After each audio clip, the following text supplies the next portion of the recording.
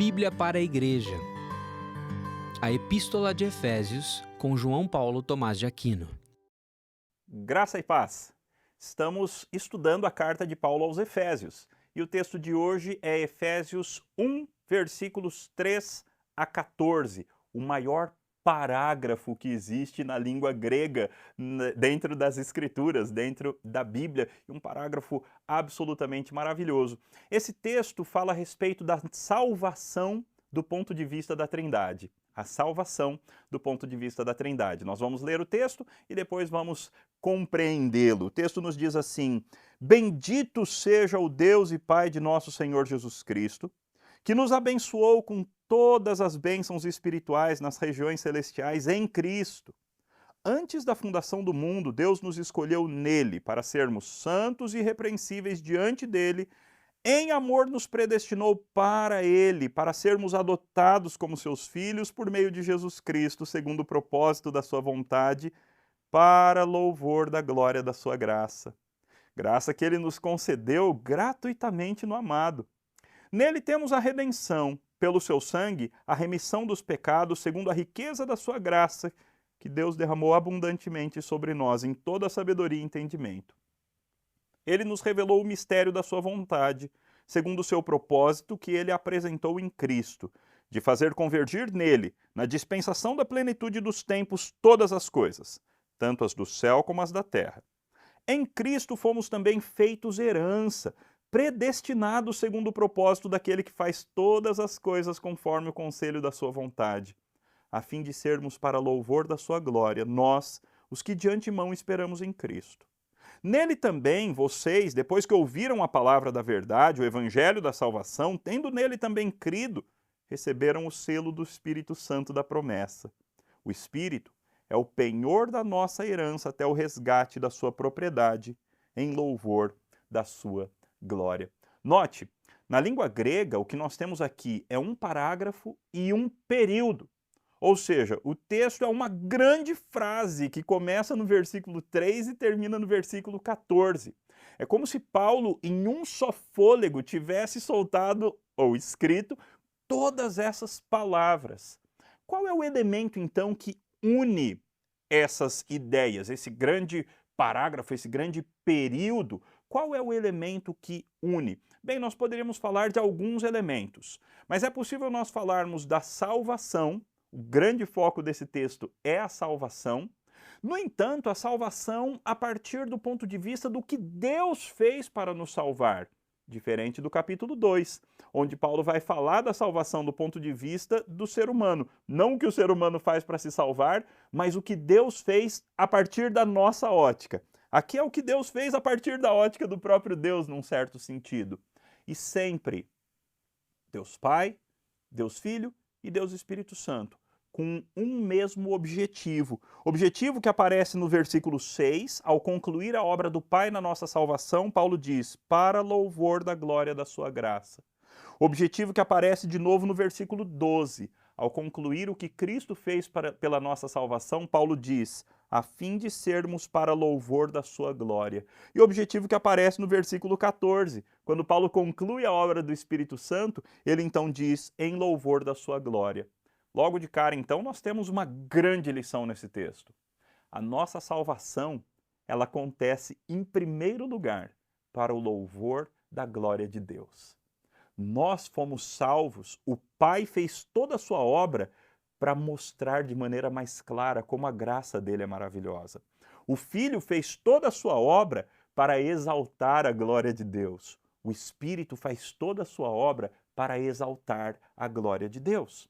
Então a pergunta que talvez você esteja fazendo, e deveria mesmo, é a seguinte: então qual é a obra do Pai? Qual é a obra do Filho? Qual é a obra do Espírito na nossa salvação? E é exatamente isso que nós temos aqui nesse texto, é exatamente essa resposta que o apóstolo Paulo nos provê aqui nesse texto. Então Paulo começa bendizendo a Deus. O nosso texto é uma eulogia, é uma palavra de louvor ao Senhor. Bendito seja o Deus e Pai de nosso Senhor Jesus Cristo. Por quê? Porque Deus nos abençoou com todo tipo de bênção espiritual nas regiões celestiais em Cristo.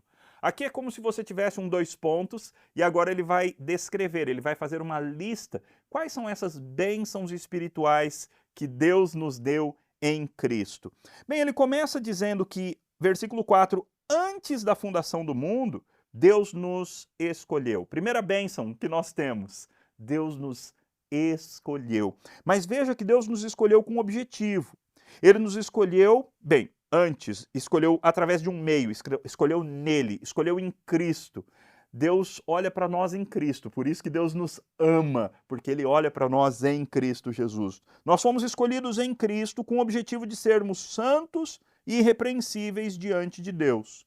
Além disso, Deus nos predestinou. Como? Número 1, em amor. Número 2, nos predestinou para Ele. Olha que coisa linda. Às vezes a predestinação é apresentada de maneira muito árida. Paulo não faz isso. Paulo diz que nós fomos predestinados para Ele, escolhidos e predestinados para pertencermos a Deus, para sermos amados pelo Senhor. Além disso, fomos predestinados para sermos adotados como seus filhos por meio de Jesus Cristo, segundo o propósito da vontade de Deus. Veja, é a predestinação que ocasiona a nossa adoção.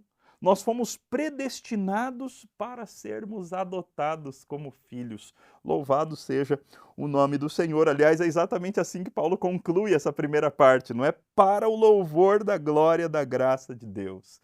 Então, qual foi a parte do Pai na nossa salvação? O Pai nos escolheu, o Pai nos predestinou para todas essas coisas que nós vimos. E ele fez isso por quê? Para o louvor da glória da sua graça. E o Filho? O Filho é introduzido aqui como o amado. Que nome lindo de Jesus Cristo, não é? O amado. O Pai nos concedeu graça gratuitamente, um exagero proposital do apóstolo Paulo. O Pai nos concedeu graça gratuitamente no amado.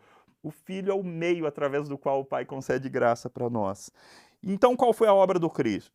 Do Cristo, a obra do Filho? Nele temos, número 1, a redenção. Por meio do seu sangue, número 2, a remissão dos pecados segundo a riqueza da sua graça.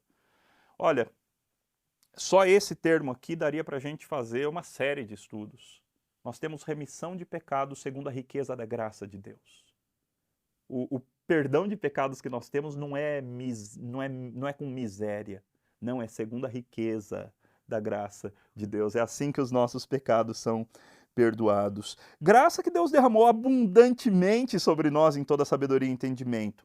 Além disso, olha mais o que Deus fez. Ele nos revelou o mistério da sua vontade, segundo o propósito que ele apresentou em Cristo, de fazer convergir em Cristo, fazer sentido em Cristo, resumir em Cristo todas as coisas, tanto as do céu como as da terra.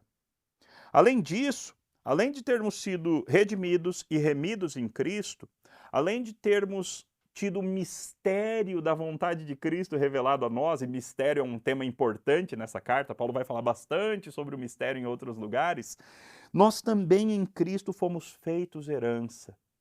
Note, muitas vezes, quando a gente ouve herança na Bíblia, a gente pensa na nossa herança, o que nós vamos receber na vida eterna, no novo céus e nova terra. No entanto, várias vezes que a palavra herança aparece na Bíblia, o foco não é no que nós vamos receber, mas sim no fato de que nós somos herança de Deus. Deus nos transformou em propriedade dele. Nós somos a herança que o Senhor Deus tem, que o Senhor Deus deixou para o seu Filho. Nós temos essa honra, esse privilégio maravilhoso. Feitos herança e predestinados segundo o propósito daquele que faz todas as coisas conforme o conselho da sua vontade. É a segunda vez que ele deixa claro. Tudo isso só acontece por causa da vontade de Deus. Não depende de quem quer ou de quem corre, mas de Deus usar a sua misericórdia, como Paulo diz em outro lugar.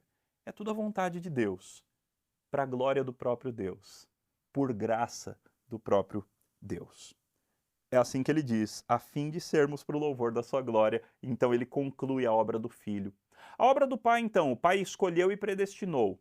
A obra do Filho, o Filho redimiu e remiu, que são sinônimos, assim como escolher e predestinar também são sinônimos num certo sentido. O Filho redimiu e remiu, mas também o Filho nos revelou o mistério, ou por meio dele o Pai nos revelou o mistério e nos transformou em herança. E o Espírito Santo? Qual é a obra do Espírito Santo na nossa salvação? O texto continua e nos diz assim: nele também, vocês, depois que ouviram a palavra da verdade, o evangelho da salvação, tendo nele também crido, receberam o selo do Espírito Santo da promessa. O Espírito é o penhor da nossa herança, até o resgate da sua propriedade, em louvor da sua glória. Então note, o Pai escolheu e predestinou, o Filho redimiu e remiu, e o Espírito Santo? O Espírito Santo é garantia e selo. De novo, dois conceitos muito próximos.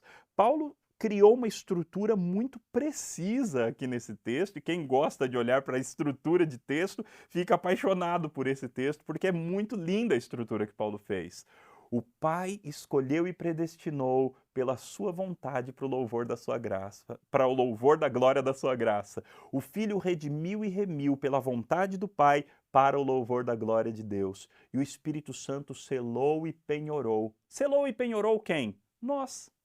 Nos marcou como herança de Deus. De novo, é aquela ideia que eu falei agora há pouco.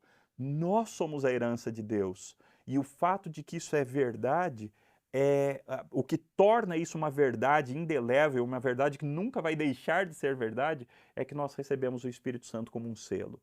Nós somos marcados com o carimbo da propriedade de Deus. E esse carimbo da propriedade de Deus é a bendita pessoa do Espírito Santo, a terceira pessoa da Trindade. E por que o Espírito Santo fez isso? Em louvor da sua glória. Uma última coisa antes da gente terminar. Perceba que Paulo está trabalhando com tempos diferentes da nossa salvação.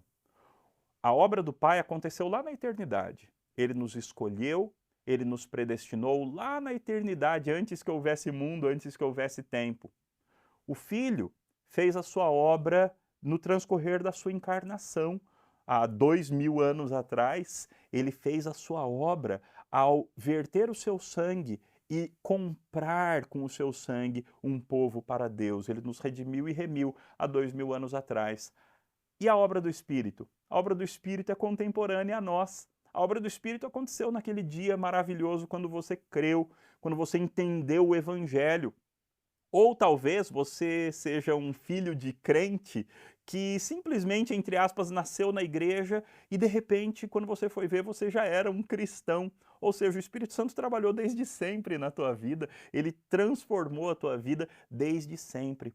E assim, então, nós vemos a salvação do ponto de vista de Deus. A obra do Pai, a obra do Filho, a obra do Espírito. Em tempos distintos, eles trabalharam para propiciar a nossa salvação. E ao fazê-lo, eles trazem glória para si mesmo.